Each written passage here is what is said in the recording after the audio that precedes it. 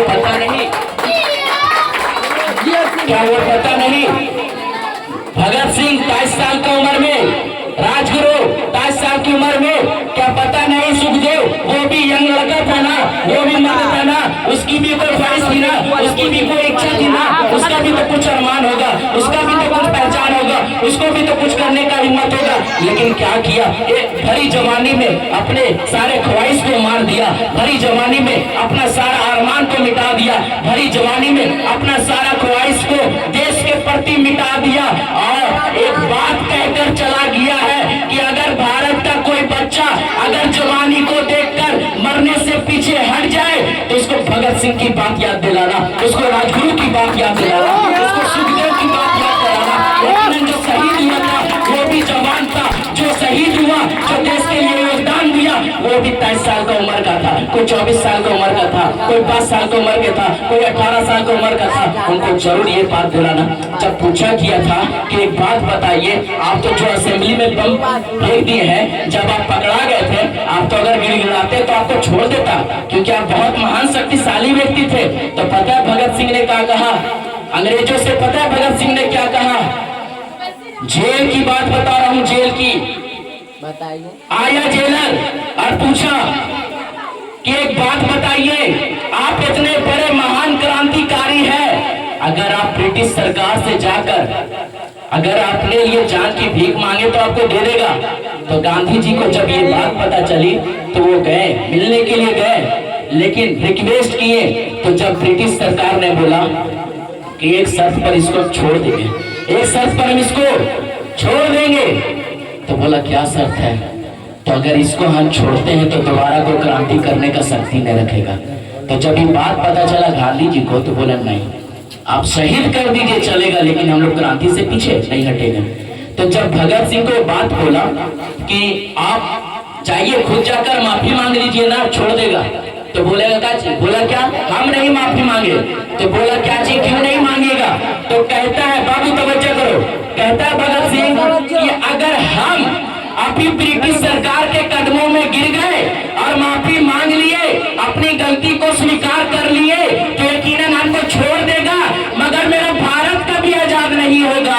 इसलिए भगत सिंह ने कहा कि अगर कोई अपने जवानी की बात करे, मरने से पहले कोई पीछे हटने की बात करे, अगर हिंदुस्तान का एक बच्चा अगर अपना जवानी को लुटाने से कोई डरे तो सबसे पहले उसको भगत सिंह की याद आएगी, क्योंकि वो 24 साल की उम्र में, कोई 23 साल की उम्र में अपनी जान की आहुति देकर भारत को आजाद किया, भारत का विकास किया, भारत का नाम किया और कह दिया कि जवानों अपनी जवानी पर नितराना नहीं।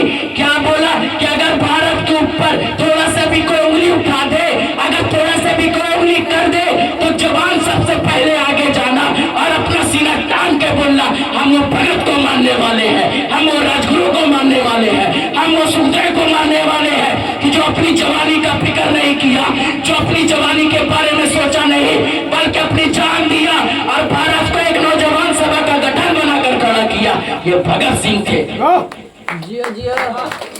इनका नाम भगत सिंह था, इनका नाम राजगुरु था, इनका नाम सुखदेव था। तब आज जाकर भारत स्वतंत्र हुआ है, तब आज जाकर हम लोग के पास इल्म पहुंचा है। पता है जब आपको चंपारण का वो सदा नीरा जो गंडक नदी है जिससे नेतृत्व को लिखा गया, तो पता है जब गांधी जी ने चंपारण आया और आने के बाद जो चंपारण का शासक था ब्रिटिश, जिसका नाम एमन था, बहुत कठोर इंसान था, बहुत क्रोधित था।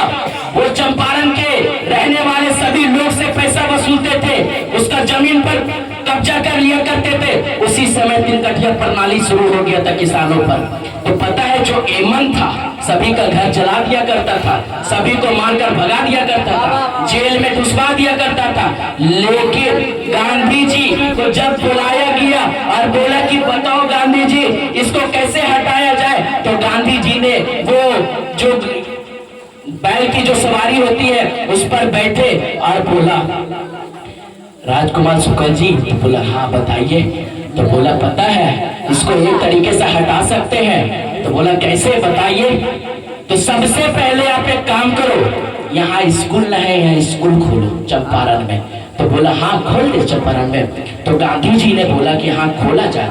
तो अपना हिम्मत गांधी जी किए और 3 ठो यानी आश्रम विद्यालय का स्थापना किए। 3 ठो खोले थे, एक तो भितिहरवा में, फड़ुहरवा में और मधुबन में, ये 3 जगह। लेकिन गांधी जी ने ये भी बताया कि जो स्कूल खुला है वहां कोई जाहिल नहीं पढ़ागा। Gandhi ji out of country से टीचर्स बुलाए, महाराष्ट्र से कोई टीचर बुलाए, कोई डॉक्टर था, कोई वकील था, कोई इंजीनियर था, कोई प्रोफेसर था, कोई अधिकारी था, सबको बुलाए और चंपारण में लगा दिया। बोला पढ़ाओ। तो इस तरह जाकर एमन का डर खत्म हो गया, एमन का डर एकदम खत्म और एमन को फिर भगा दिया गया मार के। तब जाकर आज बिहार आजाद है, तब जाकर आज हिंदुस्तान आजाद है। इतनी कुर्बानियां दी गई, इतनी बातें बताया गया। ऐसी ने तो गांधी जी ने उस वक्त भी एक ही बात कहा कि जो ब्रिटिश भागा है भारत से वो शिक्षा के आधारित पर भागा है। अगर भारत में शिक्षा नहीं आता तो ब्रिटिश नहीं भागता। तो अगर ब्रिटिश को भगाने के लिए क्या किए थे? लाठी तलवार चला था, डंडा में चल गया था, कलम का मार मारा था, कलम ही का मार मारा गया तो सबको पढ़ाई से। तब जाकर आज भारत स्वतंत्र है। तो एक बात बताओ मेरे नौजवानों, सभी पहले इधर देखो, मेरे नौजवानों से मैं गुजारिश करता हूँ, जो मेरे बात पर आएंगे, सबसे पहले नौजवान जो लड़का है वो अपना पहले हाथ उठाकर बुलंद करो। अपने लिए नहीं, देश के लिए पहले उठाओ। जो देश आपको गाली दे रहा है, जो आपका अधिकार आपसे छीन रहा है, जो आपका यहाँ का जमीन को आपको नहीं बता रहा है, उसके खिलाफ अपने हाथों को खड़ा कर लो और खड़ा करके बोलो कि अमित शाह, मोदी, योगी, अगर तू हमसे कभी पहचान मांगेगा तो यही हाथ था, यही हाथ सुखदेव का भी था, यही हाथ राजगुरु का भी था, यही हाथ भगत सिंह का भी था, जो अपनी जवानी को इसी हाथ से बताकर नचाकर अपनी जीवन की आहुति देकर भारत को स्वतंत्र करवा दिया। यकीनन मेरे नौजवान बच्चे जो छोटे छोटे पीछे हैं, अंदर जो नौजवान बैठे हुए हैं, अगर कभी आपको भारत के लिए मरना भी पड़े तो पीछे मत हटना। क्यों? अगर आप पीछे हट जाओगे ना तो उधर भी भगत सिंह था, बेचारा का अरमान कितना था, ख्वाहिश कितना था, उसका शादी करवाने के लिए चाह रहा था। तो भगत सिंह बोला हमसे मत करो। बोला क्यों? क्योंकि हम जिस लाइन में हैं हम कभी भी मर सकते हैं। तो बोला मुझे किसी बात की फिक्र नहीं है, मैं आपसे शादी कर लूंगी। लेकिन भगत सिंह बोला नहीं, क्योंकि मेरा जान कब चल जाएगा कोई पता नहीं है। तो उन्होंने अपने अरमानों को पीछे छोड़ दिया, अपनी ख्वाहिशों को पीछे छोड़ दिया और भारत को एक नया नाम दिया, नया पहचान दिया। तब जाकर भारत आजाद है, तब जाकर भारत स्वतंत्र है। लेकिन आप भी अगर जान देने की बारी आ गए, क्या आप पीछे हटिएगा? पीछे हट जाइएगा। जो लोग आपसे सबूत मांग रहे सबूत दीजिएगा। उससे कहना जो सबूत मांगे उसको बुलाओ और कहो कि बताओ तुम इतिहास का एक पन्ना भी पलटकर पढ़कर अगर बता दिए तो भारत को हम छोड़ने के लिए तैयार हो जाएंगे। किसको इतिहास पता है? इसको इतिहास पता है? कोई नहीं हम लोग को हटाने वाला। इस जमीन पर हमारा भी उतना ही अधिकार था जितने अधिकार यानी भगत सिंह, सुखदेव और राजगुरु के साथ मरने वाले मुसलमानों का भी था। समझ में आ रहा ना? जब पठानों की लिस्ट खोली गई तो 72 ऐसे पठान मिले जिसकी गोली सीना में लगा था, सीना में मारा। एक भी पठान का पीठ में कोई गोली नहीं दिखाया, सब पठान का सीना पर गोली दिखा था। तो एक बात हमेशा याद रखना मेरे प्यारे बच्चों, समझ में आ रहा ना? हम वो मुसलमान हैं जो तारीख को भी बदल देते हैं, पन्नों को भी पलट देते हैं और ये हवाओं का रुख को भी मोड़ देते हैं, दरियाओं का रुख भी बदल देते हैं। हम वो मुसलमान हैं और मुसलमान होना गर्व की बात है, गर्व करना कि हम मुसलमान हैं। लेकिन ऐसा मुसलमान नहीं जो देश से प्यार न करे, क्योंकि मेरे नबी का फरमान था तुम जिस वतन में रहो उस वतन के लिए मोहब्बत दो और अगर तुम्हें जान भी देनी पड़े तो जान दे देना, लेकिन वतन को मत छोड़ना। हम उस नबी पर ईमान रखने वाले हैं, है कि नहीं? नबी पर ईमान रखने वाले। अगर कभी मरना पड़ा तो उस नबी की भी सीरत को याद करना, उनकी तरबियत को याद करना और अपने पूर्वज के इतिहास को भी याद रखना।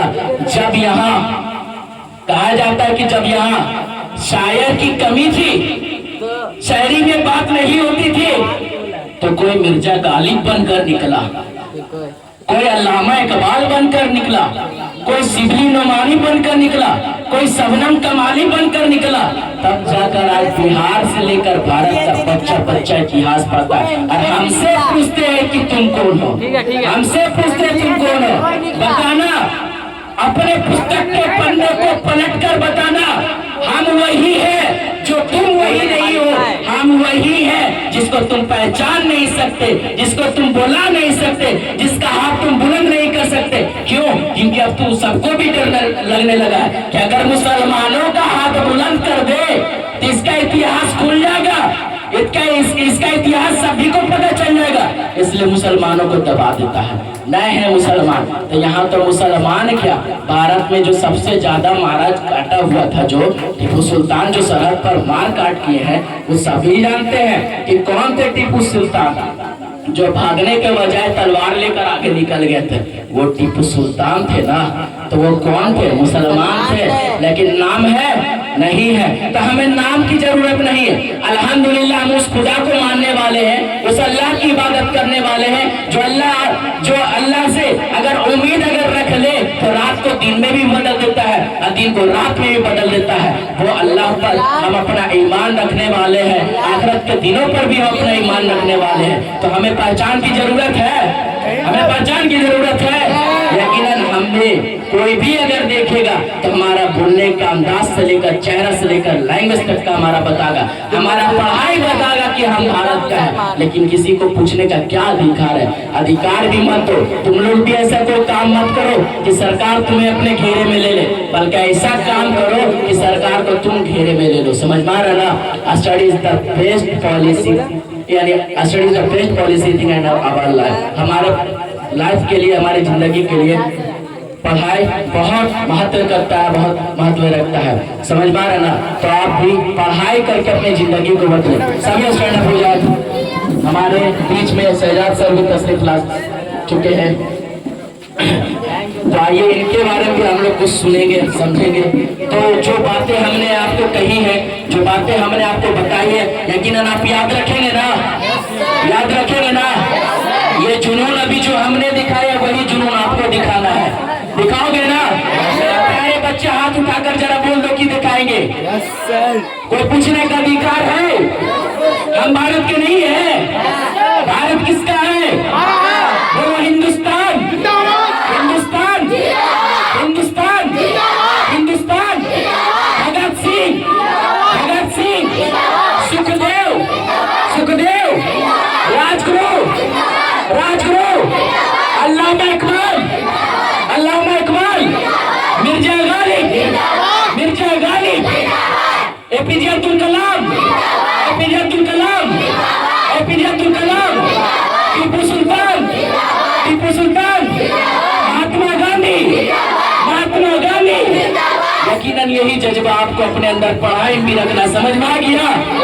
एक बार अपने हौसला के लिए जोरदार क्लैप करो।